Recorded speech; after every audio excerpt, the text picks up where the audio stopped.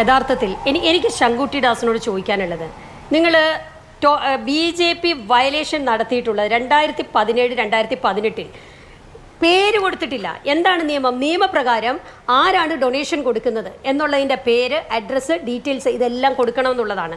92 പേരുടെ പേര് കൊടുത്തിട്ടില്ല. ഇനി അത് കഴിഞ്ഞാൽ അടുത്ത കൗണ്ട് പറയുന്ന 1297 പേരുടെ അഡ്രസ്സ് ഇത് കൂടാതെ വേറെ കൊടുത്തിട്ടില്ല. അത് 42 കോടി രൂപയുടെയാണ്. പിന്നെ അഡ്രസ്സുമില്ല പേരുമില്ലാതെ BJP കൊടുത്തിരിക്കുന്നത് വേറെ 1.5 ലക്ഷത്തിൻ്റെ വേറെ കിടക്കുന്നു. അങ്ങനെ വയലേഷൻസ് ടോട്ടൽ നോക്കിക്കഴിഞ്ഞാൽ പിന്നീട് വീണ്ടും വരുന്നു പേരില്ലാത്തത് 2022-23 253. അത് 253 പേരുടെ പേര് കൊടുത്തിട്ടില്ല. പിന്നീട് അഡ്രസ്സ് കൊടുക്കാത്ത വീണ്ടും വരുന്നു 126 പേരുടെ. അങ്ങനെ നീണ്ട ലിസ്റ്റ്. ഇത് ഞാൻ എൻ്റെ സ്വന്തമായിട്ടുണ്ടാക്കിയ കണക്കല്ല, ശങ്കുട്ടി ദാസ് ചെയ്യേണ്ടത്. നിങ്ങൾ IT ഡിപ്പാർട്ട്മെൻറ്റിൻ്റെ വെബ്സൈറ്റ് പോയി നോക്കണം.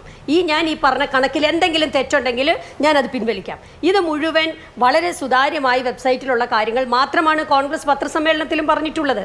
അപ്പോൾ ഞാൻ ചോദിക്കുന്നത്, നിങ്ങൾക്കാവാം, ഞങ്ങളെ പറ്റി ഇപ്പോൾ എന്താ ചോദിക്കുന്നത്? കോൺഗ്രസിനെ പറ്റി ഇപ്പോൾ മാധു ഉൾപ്പെടെ ഉള്ളവർ ചോദിച്ചത്, നിങ്ങൾ ഇത് ഫയൽ ചെയ്തില്ലേ, നിങ്ങൾ ചെയ്ത തെറ്റ് നിങ്ങൾ തിരുത്തണ്ടേ എന്നൊക്കെയാണ് ചോദിക്കുന്നത്. എത്ര ലാഘവത്തിലാണ് ചോദിച്ചത്? അത് യഥാർത്ഥത്തിൽ എന്താണ്?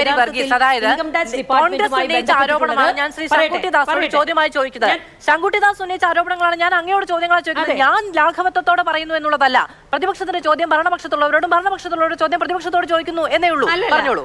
അല്ല, ഞാൻ മാധുവിനെ പേഴ്സണലൈസ് ചെയ്ത് പറഞ്ഞതല്ല. അത് താങ്കൾ ചോദിച്ച ചോദ്യം എന്നുള്ളതേ ഞാൻ ഉദ്ദേശിച്ചുള്ളൂ. അപ്പോൾ ഞാൻ തുടക്കത്തിൽ പറഞ്ഞല്ലോ 14 ലക്ഷത്തിൻ്റെ കാര്യം പറഞ്ഞല്ലോ. ഈ 14 ലക്ഷത്തിൻ്റെ പെനാൽറ്റി എന്നുള്ള നിലയ്ക്ക് 135 കോടി രൂപ കൊടുക്കാൻ പറയുന്നു. ഈ 135 കോടി രൂപ കൊടുത്താൽ ആ പെനാൽറ്റി അവിടെ തീരുമല്ലോ. അതിനുവേണ്ടി എന്തിനാണ് 270 കോടി രൂപയുടെ ബാങ്ക് അക്കൗണ്ട് ഫ്രീസ് ചെയ്ത്? ഇവിടെ ഞാൻ ചോദിച്ചോട്ടെ, ശങ്കുട്ടി ദാസ് ഇപ്പൊ എന്തൊക്കെയാ പറഞ്ഞത്? അസറ്റ് ഉണ്ട്, കോൺഗ്രസിന് മറ്റ് അസറ്റ് ഉണ്ട്, വാടക കിട്ടും, മറ്റുള്ള പലതും കിട്ടും എന്നൊക്കെ പറയുന്നുണ്ടല്ലോ. ഇപ്പൊ ഇനി എന്താണ് താങ്കൾ ഉദ്ദേശിക്കുന്നത്? അത് മുഴുവനും ഇനിയും ഉണ്ടാവരുത് എന്നുള്ളതാണ് ഉദ്ദേശിക്കുന്നത്. BJPയുടെ ഉദ്ദേശം ഞങ്ങൾക്കറിയാം. ഈ തെരഞ്ഞെടുപ്പിൽ കോൺഗ്രസിനെ സംബന്ധിച്ച് 1 രൂപ പോലും കയ്യിലെടുക്കാൻ ഉണ്ടാവരുത്. അങ്ങനെ നിങ്ങൾ ഭയപ്പെടുന്നത് പോലെ നിങ്ങൾ ഇപ്രാവശ്യം പ്രതിപക്ഷ നിരയെ മുഴുവൻ ഭയപ്പെടുന്നു. കോൺഗ്രസ് നേതൃത്വം കൊടുക്കുന്ന ഇന്ത്യ മുന്നണിയുടെ പേര് പോലും നിങ്ങൾക്ക് നേരെ ചൊവ്വേ പറയാൻ കഴിയുന്നുണ്ടോ? നിങ്ങൾ ഇന്ത്യ എന്ന് പറയില്ലല്ലോ, നിങ്ങൾ മറ്റെന്തോ അല്ലേ പറയുന്നത്. അപ്പോൾ നിങ്ങളുടെ ഭയമാണ് അതിൽ നിന്ന് കാണിക്കുന്നത്. ഈ ഇന്ത്യ മുന്നണിയെയും ഇന്ത്യൻ നാഷണൽ കോൺഗ്രസ് എന്ന പ്രസ്ഥാനത്തെയും ഞങ്ങളുടെ തിരിച്ചുവരവിനെയും ഭയക്കുന്ന BJP എന്ന രാഷ്ട്രീയ പ്രസ്ഥാനം ഇപ്പോൾ IT ഡിപ്പാർട്ട്മെൻറ്റെ ഉപയോഗിച്ചുകൊണ്ട് അവിഹിതമായി ഞങ്ങളുടെ എല്ലാ ഫണ്ടുകളും ഫ്രീസ് ചെയ്യുകയാണ്. ഇതാണ് കോൺഗ്രസ് പറയുന്നത്. ഇതിന് നിങ്ങൾക്ക് എന്താണ് മറുപടി പറയാനുള്ളത്? നിങ്ങൾ ചെയ്യുന്ന അങ്ങനാണെങ്കിൽ BJPയുടെ ഞാൻ പറഞ്ഞ കണക്കുകൾക്ക് നിങ്ങൾ മറുപടി പറയണം. അത് നിങ്ങൾക്ക് എന്തുകൊണ്ടാണ് ചെയ്യാൻ കഴിയാത്തത്? പിന്നെ മറ്റൊരു കാര്യം ഞാൻ ചോദിച്ചോട്ടെ. ഇവിടെ സനോജ് പറഞ്ഞു, VK സനോജ് യഥാർത്ഥത്തിൽ ഇന്ത്യ മുന്നണിയുടെ ഭാഗമായിരിക്കുന്ന ഒരു രാഷ്ട്രീയ പ്രസ്ഥാനമാണ്. താങ്കൾ ഇവിടെ ഞങ്ങൾ ബോണ്ട് വാങ്ങിച്ചതിനെ കുറിച്ചൊക്കെ പറഞ്ഞു. ഞാൻ അതിനെക്കുറിച്ചൊരു മറുപടി പറഞ്ഞോട്ടെ. ഞങ്ങൾ ബോണ്ടിന് എതിരാണെന്ന് ഇന്ന് വരെ പറഞ്ഞിട്ടില്ലല്ലോ. ഞങ്ങൾ എന്താണ് പറഞ്ഞത്? ഞങ്ങൾ ഒരിക്കലും BJP വാങ്ങിക്കുന്ന പോലെ ഭീഷണിപ്പെടുത്തിക്കൊണ്ട് IT ഡിപ്പാർട്ട്മെൻറ്റിനെ കൊണ്ടുവന്നിട്ട് EDയെ കൊണ്ടുവന്ന് ഭയപ്പെടുത്തിയിട്ട് ആരുടെയും ഫണ്ട് വാങ്ങിച്ചിട്ടില്ല. കോൺഗ്രസ് എന്ന രാഷ്ട്രീയ പ്രസ്ഥാനം എല്ലാ കാലത്തും നിങ്ങൾ പിരിവ് നടത്തുന്നു. നിങ്ങൾ കരിമണൽ കർത്തയുടെ കയ്യിൽ നിന്നാണ് പിരിവ് നടത്തുന്നതെങ്കിൽ, നിങ്ങൾ മറ്റു രീതിയിൽ മറ്റു കോർപ്പറേറ്റുകളുടെ കയ്യിൽ നിന്നാണ് പിരിവ് നടത്തുന്നതെങ്കിൽ, നിങ്ങൾ മാസപ്പടിയാണ് വാങ്ങിക്കുന്നതെങ്കിൽ, നിങ്ങൾ അത്തരത്തിലായിരിക്കും നിങ്ങളുടെ പാർട്ടിയുടെ ഫണ്ട് കളക്ഷൻ നടത്തുന്നത്.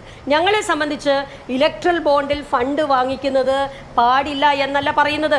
അത് BJP വാങ്ങിക്കുന്നത് പോലെ BJP വാങ്ങിക്കുന്നു. എന്താണ് ഒരു കമ്പനിക്ക് കൊടുക്കുന്നു? താങ്കൾ തന്നെ ഇപ്പോൾ സൂചിപ്പിച്ചല്ലോ, മേഘ ഉൾപ്പെടെയുള്ള നിരവധി കമ്പനികളുടെ കാര്യം പറഞ്ഞല്ലോ. അപ്പോൾ അവർക്കൊക്കെ പ്രൊജക്റ്റ് കൊടുത്തുകൊണ്ട് അവരുടെ കയ്യിൽ നിന്ന് ഇലക്ട്രൽ ബോണ്ട് വാങ്ങിക്കുന്നു. അപ്പോൾ കെജ്രിവാളിനെതിരെയുള്ള കേസിൻ്റെ കാര്യം താങ്കൾ പറഞ്ഞു. അപ്പോൾ ഇത്തരത്തിൽ ഭീഷണിപ്പെടുത്തി, രാജ്യം മുഴുവൻ ഭീഷണിപ്പെടുത്തിക്കൊണ്ട്, പ്രതിപക്ഷ പാർട്ടികളെ മുൾമുനയിൽ നിർത്തിക്കൊണ്ട് ഒരു തെരഞ്ഞെടുപ്പിനെ നേരിടുമ്പോൾ അതിൻ്റെ ജനാധിപത്യ വ്യവസ്ഥിതി മുഴുവൻ തകർത്തുകൊണ്ട് മുമ്പോട്ട് പോവുകയാണ് BJP എന്ന രാഷ്ട്രീയ പ്രസ്ഥാനം. അതിനെതിരെ ഒറ്റക്കെട്ടായി നിൽക്കുകയാണ് CPM ഉൾപ്പെടെയുള്ള രാഷ്ട്രീയ പ്രസ്ഥാനം ചെയ്യേണ്ടത്. CPIയുടെ ഫണ്ട് മരവിപ്പിച്ചല്ലോ.